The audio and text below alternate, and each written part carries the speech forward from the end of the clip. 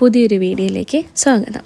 അപ്പോൾ ഇന്നത്തെ വീഡിയോ എന്ന് പറയുമ്പോൾ ഒരു 1 kg വെയിറ്റ് വരുന്ന സ്പാനിഷ് ഡിലൈറ്റ് കേക്കിൻ്റെ സിമ്പിളായിട്ടുള്ളൊരു ഡെക്കറേഷനാണ്. അപ്പോൾ ഇത് 1 kg ബാറ്റർ 7 ഇഞ്ച് മോൾഡിലാണ് ഞാൻ ബേക്ക് ചെയ്തെടുത്തിട്ടുള്ളത്. അതുപോലെ തന്നെ ഇവിടെ, അതായത് ഞാനിപ്പോൾ UK അപ്പോൾ ഇവിടെ വിപ്പിംഗ് ക്രീം അധികം കിട്ടാറില്ല. ഇപ്പോൾ സൂപ്പർ മാർക്കറ്റിലൊക്കെ കൂടുതലും കിട്ടുന്ന വിപ്പിംഗ് ക്രീം അത്ര പോരാ. അതുകൊണ്ട് ഞാൻ ഡബിൾ ക്രീമാണ് യൂസ് ചെയ്യുന്നത്.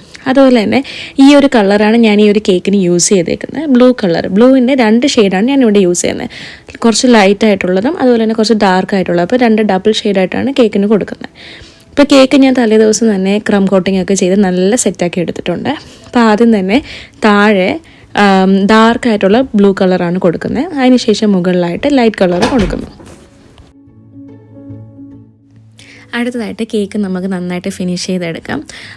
ഡബിൾ ക്രീം എന്ന് പറയുമ്പോൾ നമ്മുടെ നാട്ടിലെ വിപ്പിംഗ് ക്രീം പോലെ നമുക്ക് അത്ര നന്നായിട്ട് ഫിനിഷ് ചെയ്തൊന്നും എടുക്കാൻ പറ്റില്ല. പക്ഷേ എന്നെക്കൊണ്ട് പറ്റുന്ന മാക്സിമം ഞാൻ ഫിനിഷ് ചെയ്തെടുക്കാറുണ്ട്.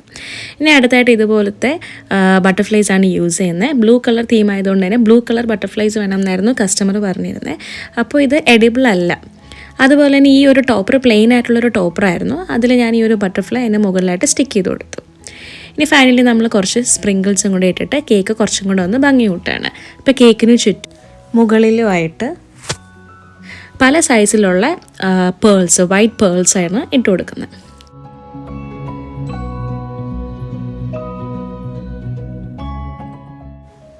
അപ്പോൾ ഇതാണ് നമ്മുടെ കേക്കിൻ്റെ ഫൈനൽ ലുക്ക്. അതിനുശേഷം നമുക്ക് ലാസ്റ്റായിട്ട് പേരൂടെ എഴുതി കൊടുക്കുക. അപ്പോൾ ഞാൻ ഇങ്ങനത്തെ സ്റ്റാമ്പ് യൂസ് ചെയ്തിട്ടാണ് പേര് എഴുതുന്നത്. അത് ഇതുപോലെ നമ്മുടെ ഫോണ്ടൻറ്റിൽ പ്രസ് ചെയ്ത് കൊടുക്കുമ്പോൾ നമുക്ക് അവിടെ ഒരു ഇംപ്രഷൻ കിട്ടും. അതിൽ ഞാനിങ്ങനെ പെയിൻറ്റിങ് ബ്രഷ് കൊണ്ട് എഴുതിയെടുക്കുകയാണ് യൂഷ്വലി ചെയ്യാറ്.